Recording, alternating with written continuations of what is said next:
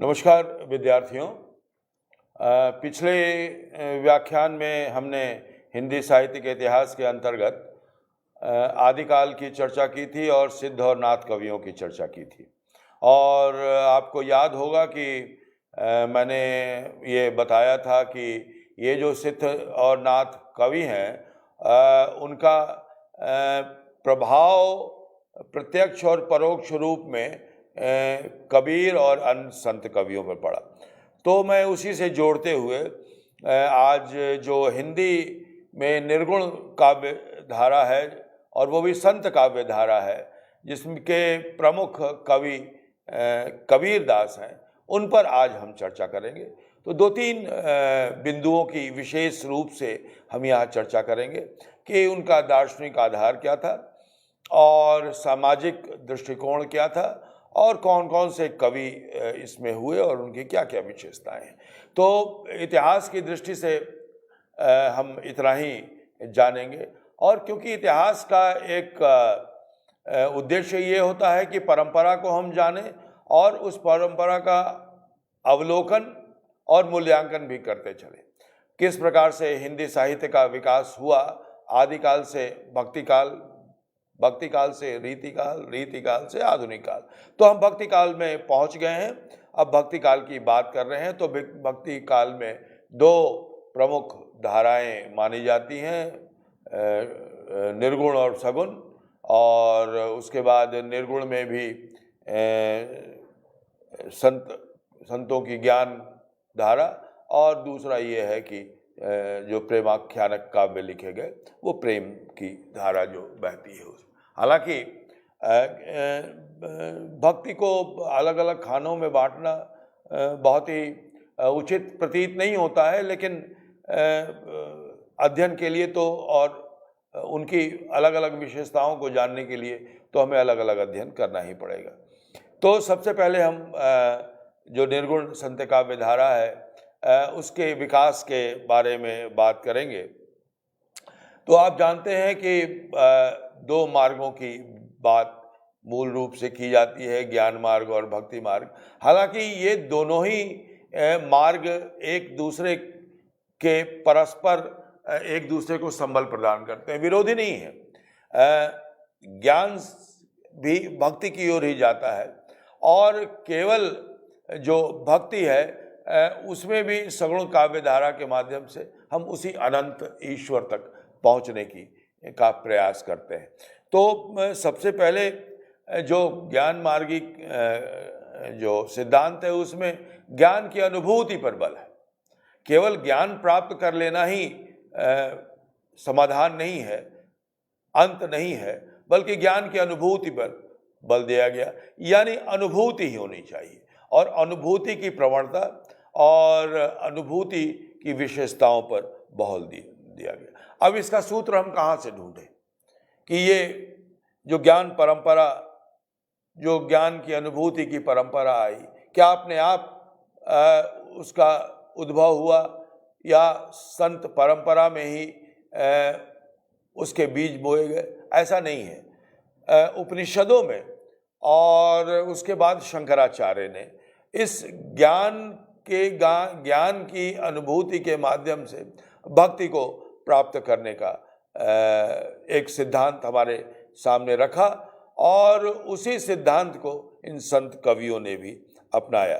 क्योंकि दिक्कत ये होती है कि जो निर्गुण भक्ति होती है, उस निर्गुण भक्ति में सबसे जो दिक्कत है वो ये है कि जनता उसको सहज रूप में स्वीकार नहीं कर पाती, क्योंकि जनता को एक अवलंबन चाहिए और सगुण भक्ति में उसे अवलंबन वो मिलता है। तो लेकिन हमारे यहाँ परंपरा से सगुण और निर्गुण का कोई भेद नहीं रहा, इसके बारे में हम चर्चा करेंगे। तो ज्ञान का अनुभव में अवसान, यानी ज्ञान और अनुभव के माध्यम से ईश्वर को पाना, और ईश्वर को पाने के साथ साथ सत्य को जानना। जीवन का सत्य क्या है? जो हमारा ये शरीर है, क्या यही सत्य है? या हमारे भीतर जो जीव है वो सत्य है?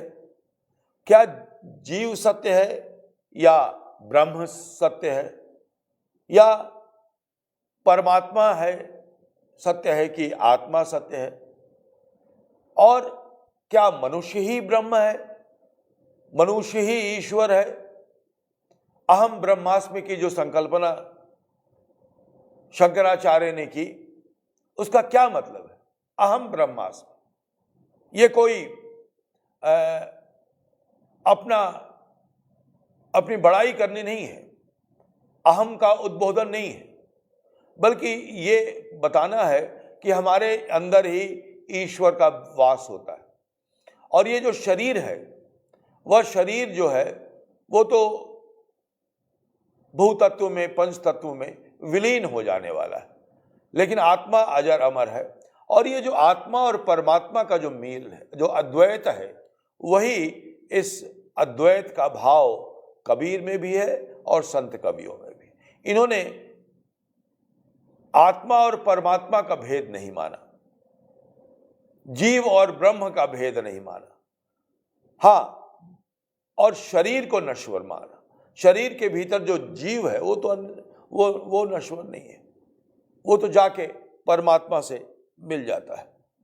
और दूसरी बात, इसको इस दृष्टि से भी हमें समझना चाहिए कि भारतीय परंपरा में निर्गुण और सगुण, इन दोनों का भेद कभी नहीं रहा, और निर्गुण और सगुण दोनों ही एक दूसरे को संबल प्रदान करते आए।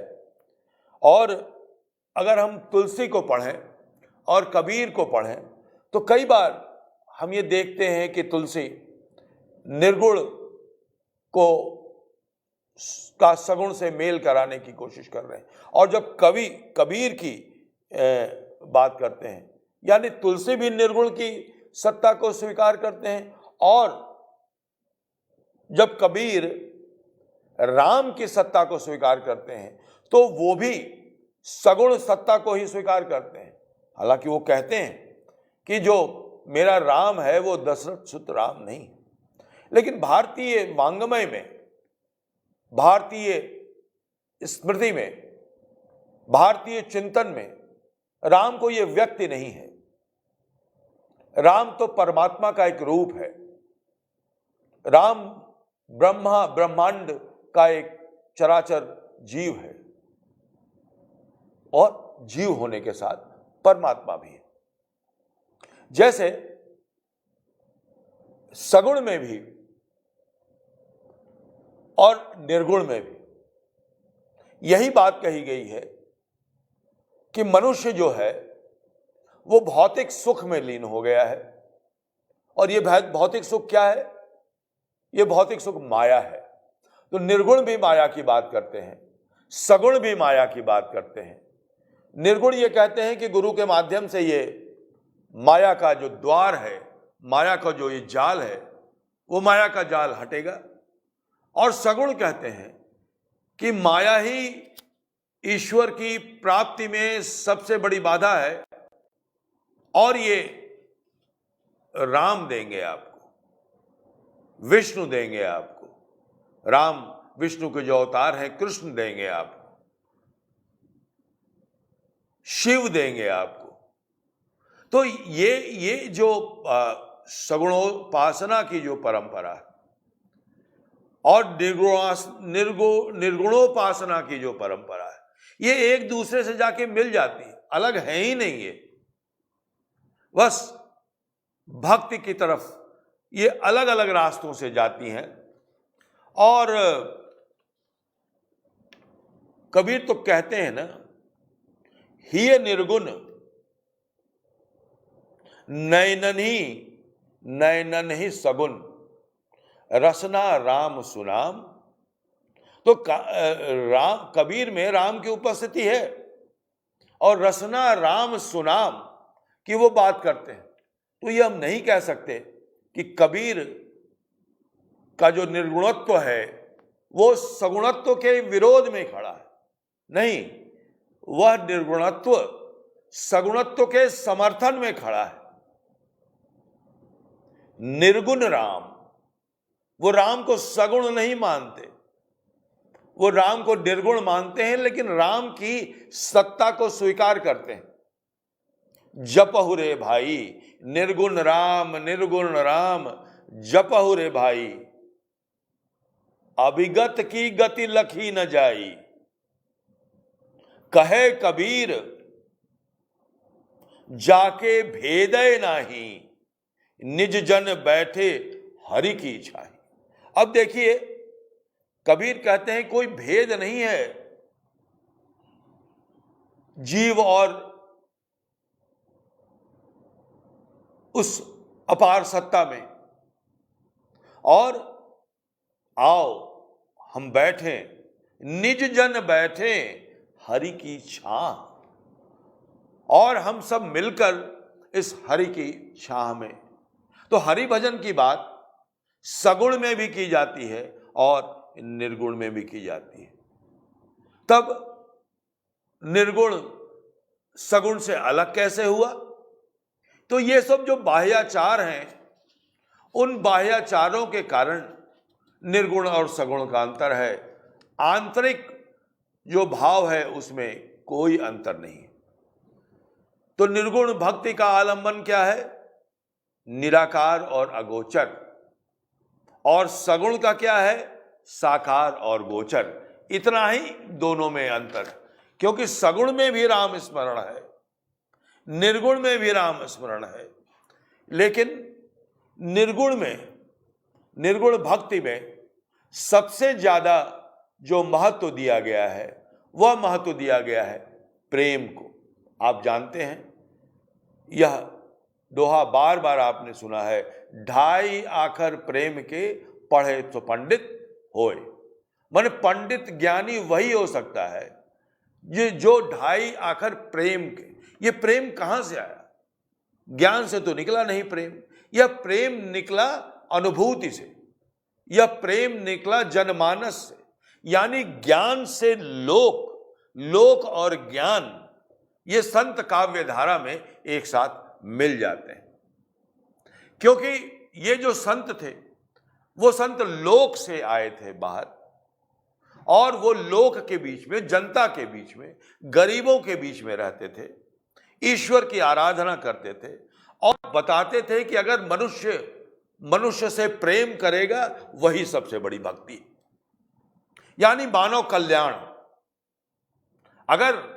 और कबीर दास भारतीय वाङ्मय के पहले ऐसे आधुनिक रचनाकार हैं जिन्होंने सामाजिक समरता और सामाजिक समरसता की बात की। मैं तुलसीदास भी इसी समरसता की बात करते हैं। निर्गुण राम जपहु रे भाई, अवगत की गति लखी न जाई।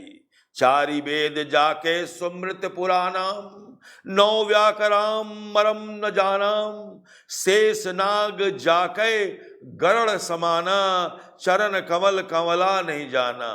कहे कबीर, इस पर ध्यान दीजिए, कहे कबीर जाके भेदय नाही, निज जन बैठ हरि की छाही।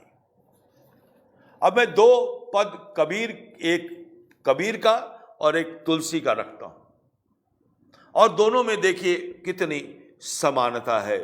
माधव मैं ऐसा अपराधी, तेरी भगत होत नहीं सादी। और यहां क्या लिखते हैं? लाभ कहा मानुष तन पाए, काम, ये तुलसी कह रहे हैं, काम वचन मन सपने हूं, कबहु घटत न काज पराए। जो सुख सुरपुर नरक गे बनवत बिनहि बुलावे, तेहि सुख कहाँ बहु जतन करत मन, समुझत नहीं समुझाए। यहां देखिए क्या कहते हैं? कारिन कवन आई जग जन्म्या, जनमी कवन सच पाया। माने दोनों ही ये कह रहे हैं कि ये क्यों हमारा जन्म हुआ है। कारणी कवन आई जग जम्या, वो कौन सा कारण है जिससे हमारा जन्म हुआ है। और तुलसी कहते हैं लाभ कहा मानुष तन पाए, माने मनुष्य का जो ये तन पाया है, क्या किसी लाभ के लिए पाया है? काम वचन मन सपने हूं कबहुक, घटत न काज पराए। तो ये जिस वस्तु के लिए हमारा जन्म हुआ है, क्यों जन्म हुआ, इसकी खोज दोनों कर रहे हैं। मानव कल्याण के लिए खोज हुआ, हमारा जन्म मानव कल्याण के लिए हुआ है। ये भक्ति काल के कवि कहते हैं। कबीर जितने मानव कल्याणकारी थे, समाज के कल्याणकारी थे, उतने ही तुलसी भी थे। इसलिए यह कहना कि कबीर ज्यादा विद्रोह करते हैं, विरोध करते हैं, समाज को बदलने की बात करते हैं, आधा सच है। ये पूरा सच ये है कि कबीर और तुलसी दोनों ही अपने अपने मार्गों से, एक निर्गुण मार्ग से, एक सगुण मार्ग से समाज में समरसता स्थापित करने की कोशिश करते हैं। इस पर हम विस्तार से कभी बाद में विचार करेंगे। दोनों ही निर्गुण और सगुण ये माया की बात करते हैं और ये कहते हैं कि इंद्रिय, मन और विषय वासना ईश्वर को प्राप्त करने के लिए ये सबसे बड़ी बाधाएं हैं। भक्त का यह कर्तव्य होता है कि वह वासनाओं को हटाए अपने सामने से। वासनाओं का जो इंद्रजाल फैला है, उस इंद्रजाल को हटाने के बाद ही हमें परम ईश्वर का से साक्षात्कार होगा।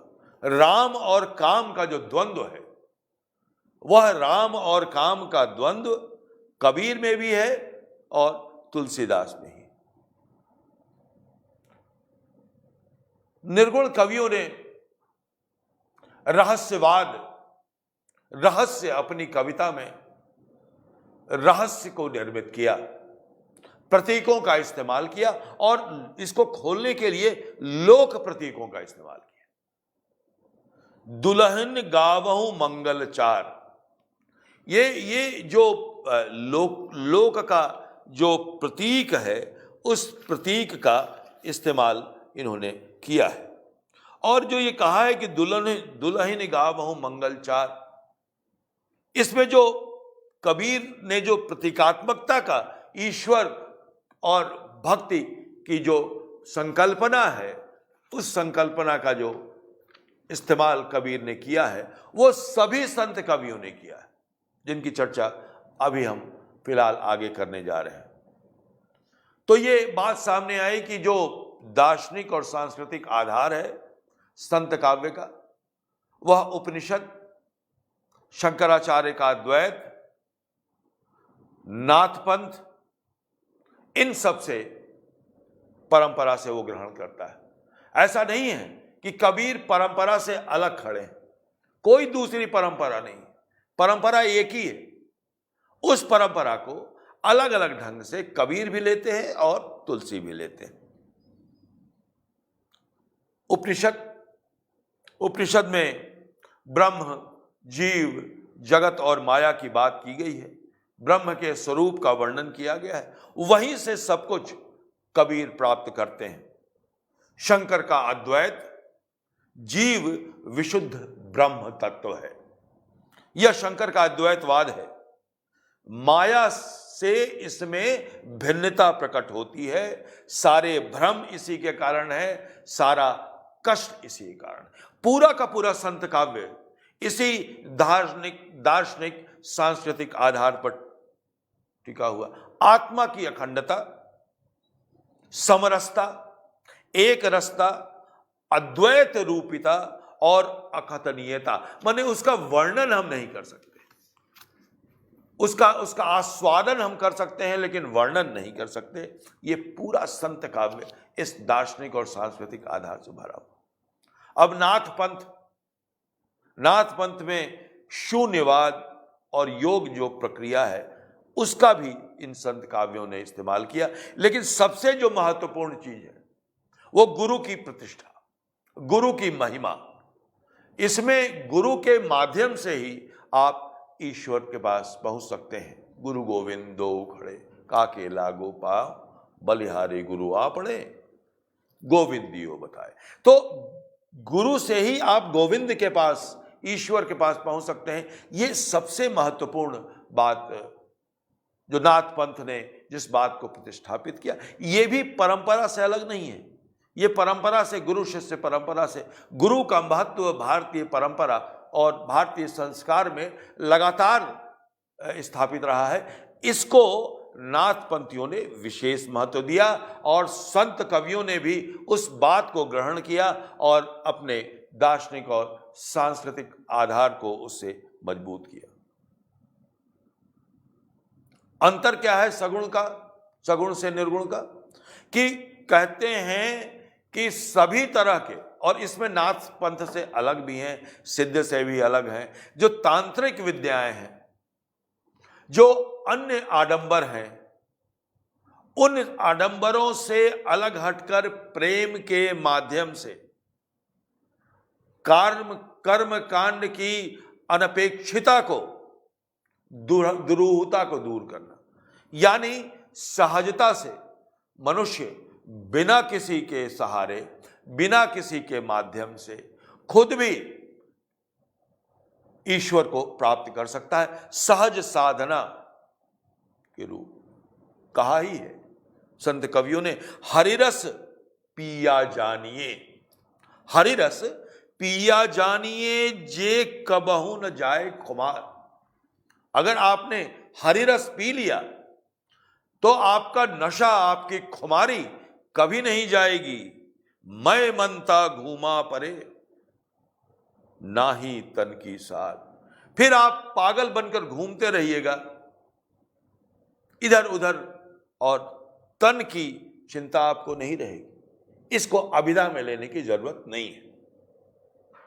इसमें जो लक्षणा है और खासतौर पर इसकी जो व्यंजना है, साहित्य वही बेहतर होता है जिसकी व्यंजना सबसे प्रमुख होती है।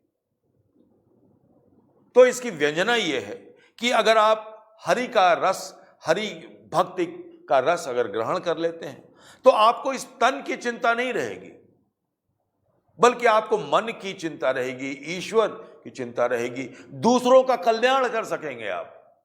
तो ये जो कल्याणकारी प्रवृत्ति भक्ति काल में है और निर्गुण काल में है, उस पर हमें बहुत ध्यान देना चाहिए, केवल अपनी चिंता नहीं। इसीलिए जिस मानवतावाद, मनुष्य को, मानव को ईश्वर बनाने पर जिस तरह से विवेकानंद ने काफी बल दिया था और उसमें पूरे विश्व में अपने अपने अपने अपने अपने सिद्धांत को पुष्ट किया था, लोगों को बताया था कि भारतीय सिद्धांत में मनुष्य ही ईश्वर है, लोक ही ईश्वर का वास है, लोक में ही। और ये लोक और मानव का जो समन्वय है वह निर्गुण धर्म को, भारतीय परंपरा को और भारतीय संस्कार को सबसे मजबूत बनाता है। यह संत काव्य विश्वव्यापी धर्म है। इसमें आप सभी धर्मों का समावेश कर सकते हैं या सभी धर्मों के लक्षण पा सकते हैं, क्योंकि इसमें समतावादी समाज की स्थापना करने की बात की गई। यह जो बात कही जाती है कि संत काव्य पर ईसाई धर्म का प्रभाव है, संत काव्य पर इस्लाम का प्रभाव है, वे बिल्कुल गलत है, सिरे से गलत है।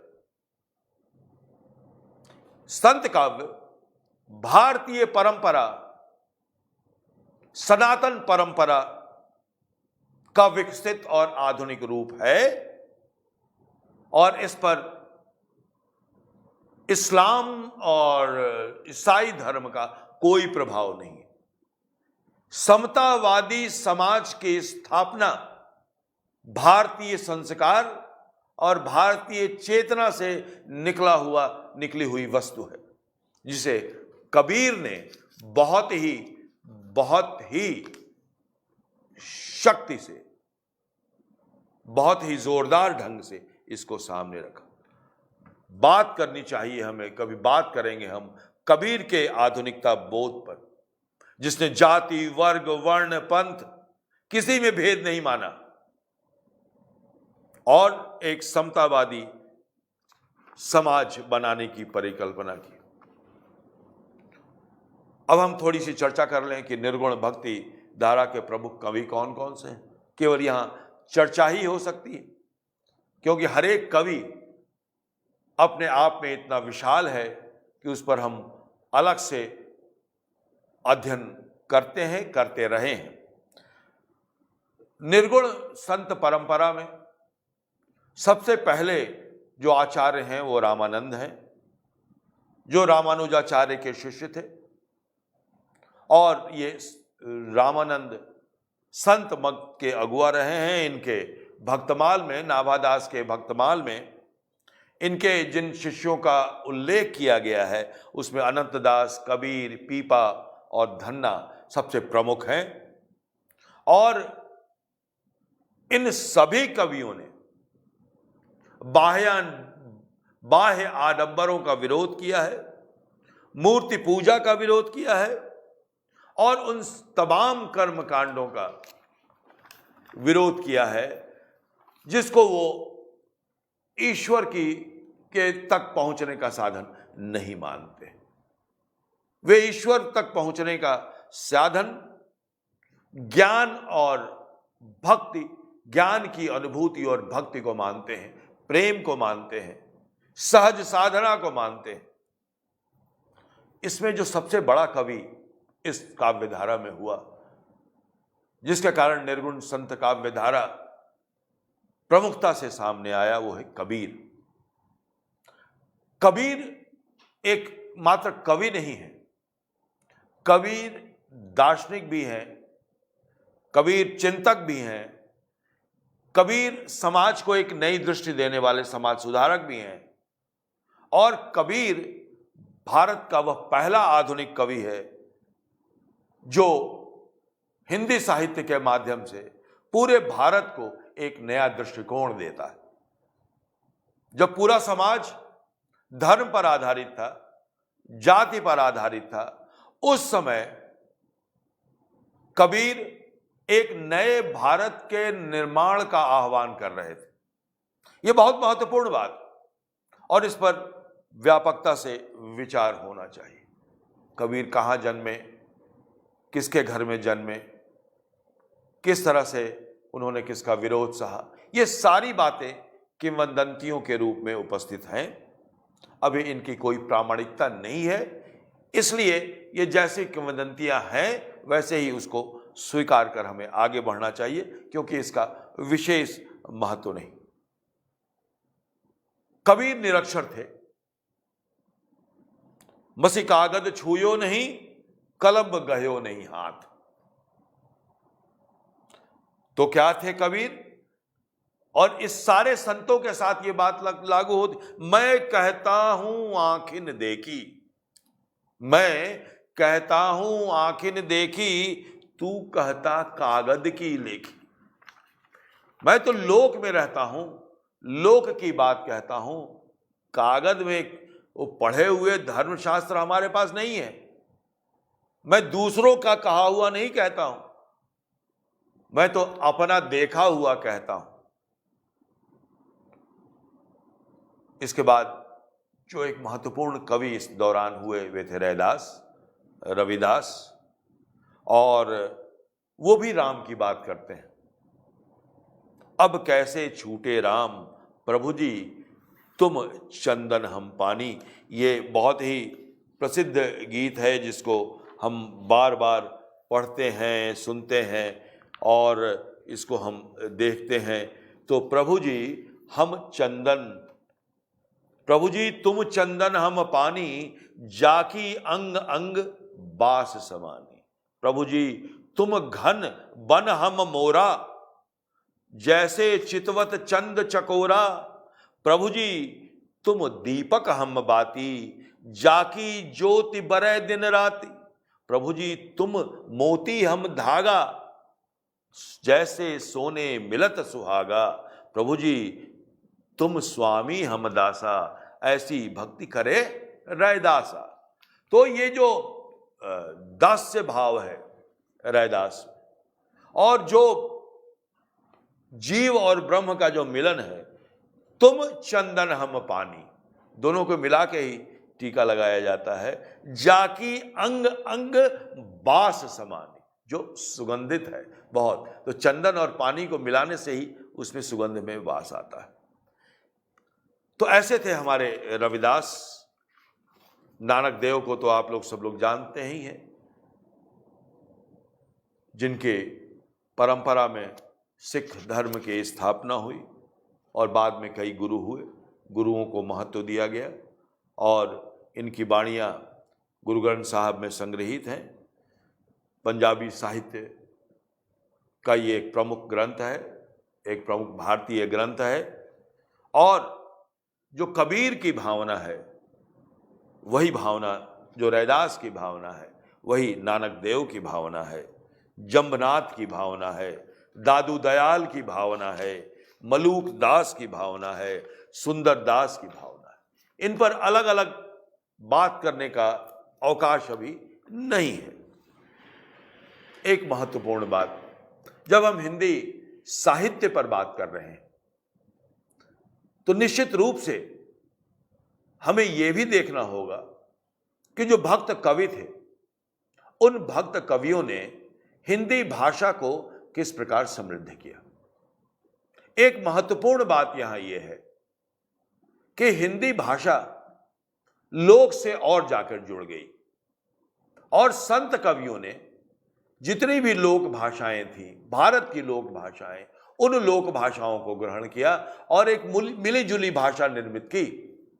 ब्रज भी है, अवधी भी है, भोजपुरी भी है, मगही भी है, मैथिली भी है, पंजाबी भी है, राजस्थानी भी है, सारी हिंदी प्रदेश की पहाड़ की भाषाएं भी हैं, गढ़वाली भी है, बुंदेलखंडी भी है।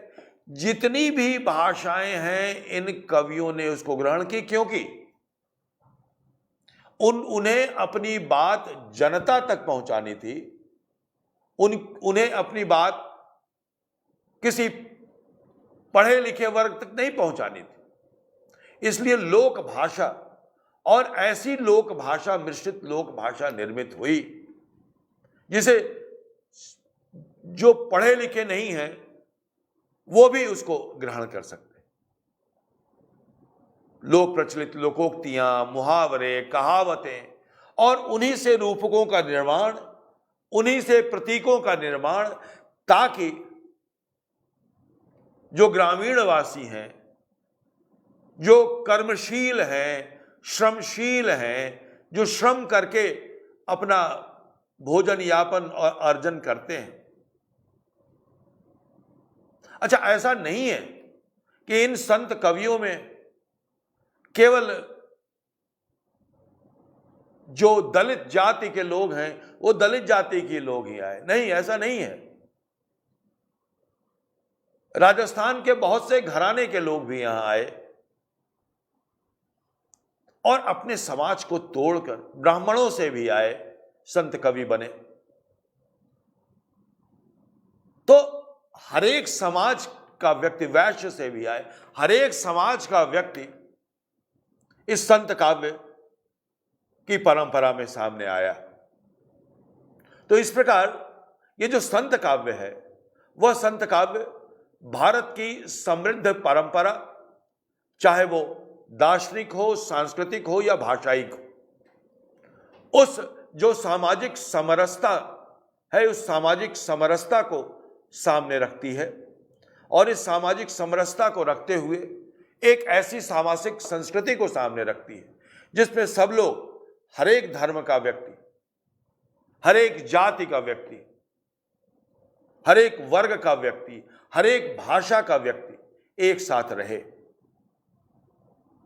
और इन्होंने भाषा में जो प्रयोग किया, जिस तरह से दोहा, चौपाई और अन्य सोरठा और अन्य पदों का इस्तेमाल किया, और उसको जिस तरह से उन्होंने वाणी प्रदान की, उससे हिंदी साहित्य प्रबल हुआ। अब आगे की जो कक्षा है, उस कक्षा में हम ये देखेंगे कि किस तरह से सूफी काव्य लिखे गए। उन्होंने भी निर्गुण की परिकल्पना की और सूफी काव्य लिखा। तो वो सूफी काव्य किस तरह से संत काव्य से अलग है और किस तरह से उन्होंने भी ईश्वर तक पहुंचने की निर्गुण धारा की कौन सी प्रवृत्ति का इस्तेमाल किया, कैसे किया, कौन कौन थे सूफी कवि, प्रेम मार्ग और ज्ञान मार्ग में क्या कोई अंतर है, इसकी चर्चा हम लोग अगली कक्षा में करेंगे। तो आज हम अपना व्याख्यान यही समाप्त करते हैं। आपने ये जरूर समझा होगा कि किस तरह से कबीर और अन्य संत कवियों ने समाज के लिए, समाज को एक नई दृष्टि दी, समाज को एक नई भाषा दी, समाज को एक नई अभिव्यक्ति दी और पूरे भारत को अखंड बनाने के लिए, पूरे भारत को आधुनिक दृष्टि प्रदान करने के लिए अपनी रचनाओं के माध्यम से उन्होंने भारत को एक नई आधुनिक दृष्टि दी और ये बहुत बड़ा योगदान है उनका। बहुत बहुत धन्यवाद, शुक्रिया।